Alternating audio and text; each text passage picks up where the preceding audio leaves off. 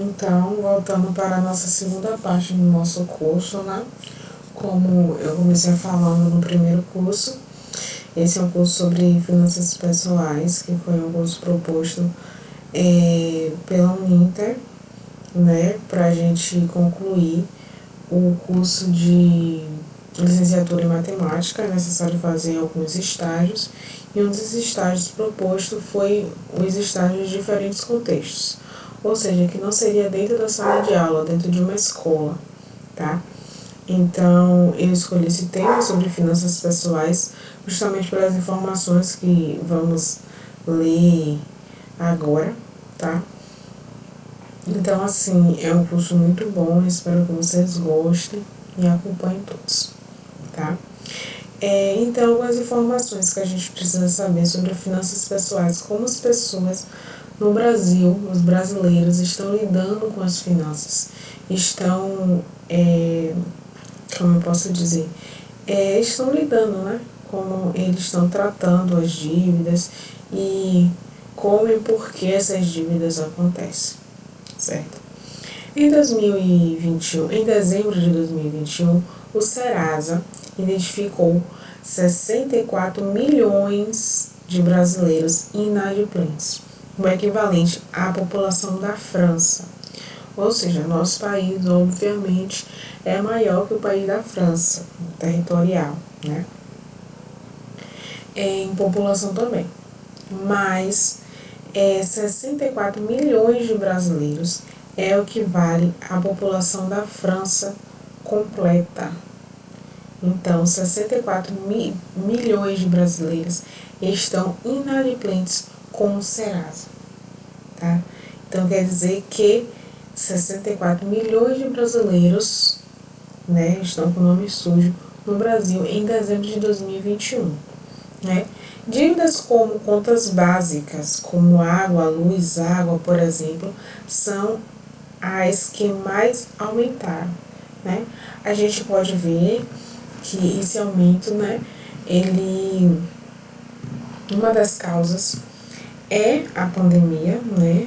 Isso a gente não pode esconder, a gente não pode deixar de falar que a pandemia, né, trouxe muita dificuldade para muitos brasileiros, né? Falta de emprego e muito mais, né? Donos de emprego não tendo clientes, né? Então, teve toda essa crise que assolou nosso país, não só o país, mas o mundo, né? E afetou muitos dos nossos, né?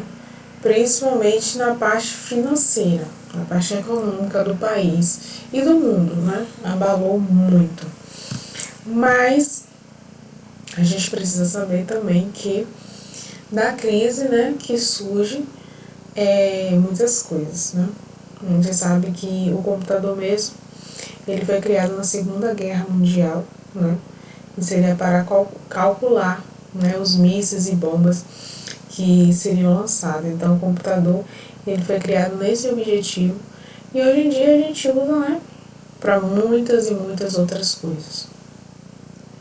E é um uso quase indispensável, né? A gente colocando o computador como um todo, né? Como um celular, um notebook, uma televisão, até mesmo a geladeira, hoje em dia, ela já tem um computador dentro dela, né? Ela já é uma geladeira digital. Então, hoje em dia, a tecnologia, né, avançou bastante e foi criada nos momentos de crise, né?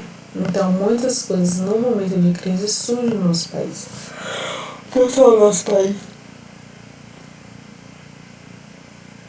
Não só o nosso país, mas como o mundo, como tudo, né? Então, a gente precisa aproveitar e agarrar essas oportunidades. Mas não foi a realidade de 64 milhões de brasileiros, né? Muita gente se endividou, né? Teve o auxílio emergencial que foi dado para muitas pessoas, mas muitas pessoas não soube lidar e nem administrar esse dinheiro, né? Em compensação, teve história de pessoas que com o dinheiro do auxílio emergencial conseguiram abrir suas empresas e hoje está muito bem, né? Conseguiram investir em algo, conseguiram manter alguma coisa e hoje conseguem, né, ainda ter essa coisa, esse negócio, por conta do auxílio emergencial que ajudou ela, investiu, ela soube lidar com esse auxílio, né? Essa ajuda do governo. Por quê? Porque é uma pessoa organizada e sabe o que faz com as finanças, certo? O atraso no pagamento de cartão de crédito continua sendo a principal forma de endividamento. Né? O cartão de crédito dá falso poder pra gente, né? A gente acha que a gente tem um limite, a gente acha que a gente pode gastar, né, esse limite, mas no final do mês a conta vem, né? A conta vem e é necessário pagá-la. Mas muitas pessoas não têm a condição de pagar essa conta. Então, muitas vezes o cartão de crédito ele é um grande vilão para as pessoas que não são organizadas. Então, é necessário a organização, certo? Para se usar o cartão de crédito. E para ter uma vida financeira, né, equilibrada. Planejamento pessoal envolve algumas etapas, são elas. Então, agora, né, vamos falar sobre algumas etapas que o planejamento financeiro pessoal ela envolve, né? Entender o comportamento individual em relação ao uso do dinheiro, certo? Então, a primeira coisa que você precisa saber para você ter um planejamento financeiro bom, equilibrado, é entender o seu comportamento em relação ao uso do dinheiro, né? Muitas pessoas têm um comportamento de guardar, de poupar para o futuro e não usam no agora, né? E muitas pessoas usam no agora e não pensam no futuro. Então você precisa saber qual é a sua relação com o dinheiro.